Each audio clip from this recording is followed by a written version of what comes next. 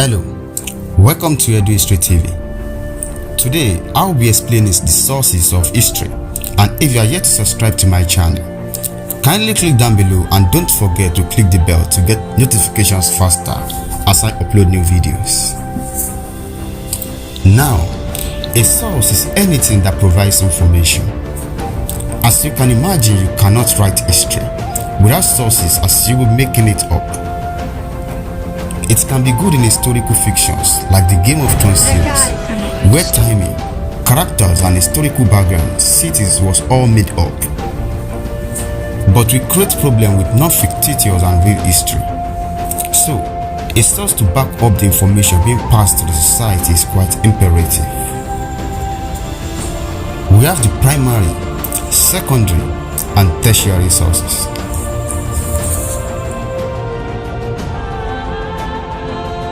These are the documents or artifacts created by a witness to or a participant to an event.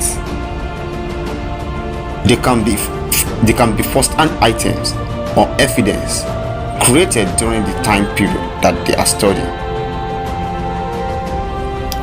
Primary source includes diaries, interviews, letters, oral histories, poems, works of art, government documents, photograph, newspaper articles, epigraphy, paintings, artifacts, and archaeological remains, the likes of bones, coins, and so on. Oral sources, interviews, and eyewitness accounts can be used as primary sources. Written sources, as mentioned earlier, are documentaries which gives information about past events, such as travelers' accounts, minutes of meetings, private letters, official reports of officers, magazines, among others.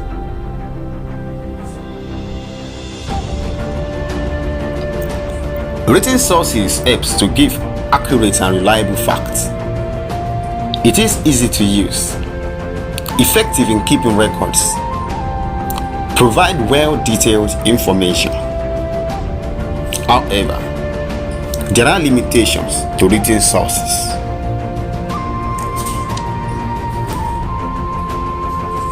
It can get destroyed easily by fire, termites, rodents, and water, and so on. A good example is the work of the renowned Renaissance man Leonardo da Vinci. As impressive most of his works are, only few of it survived the ages. There is also the questions of biases and distortion of the actual events. False information can be written down full of exaggeration and prejudice. However, it is worthy to note that not all old materials we have today are primary sources. In fact, some were created long after the event took place. A good example is a painting of the Last Supper by Leonardo da Vinci in 1496. The Last Supper event took place during the time of Jesus of Nazareth.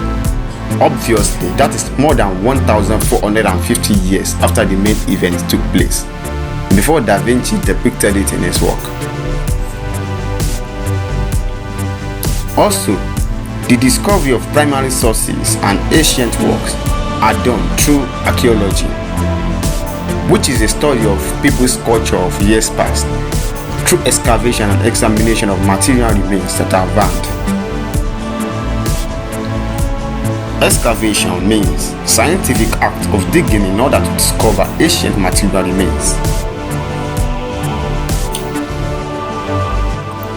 The archaeologist uses radiocarbon dating to determine the age of artifacts. Secondary source. Secondary source tends to analyze scholarly questions and often use primary source as evidence. It is a second-hand item For instance, books or information written by people who were not there but had to rely on existing sources to draw their points. It includes books and articles about a topic. Secondary sources can include history books, articles, and so on. As mentioned earlier, several medieval or ancient works are secondary sources based on primary source, despite being of great age. Tertiary sources are items like dictionaries and encyclopedias, written using both primary and secondary sources.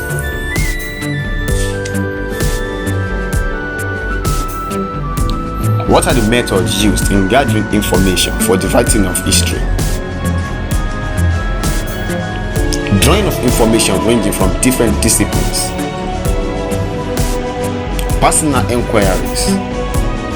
Reviewing of research through written sources, both primary and secondary sources. Observation and recording by visiting historical sites, festivals, and so on. I hope you guys enjoyed the video, and let me know what you think down in the comment section below. Thanks, obrigado, gracias, merci, kamsahamnida, people.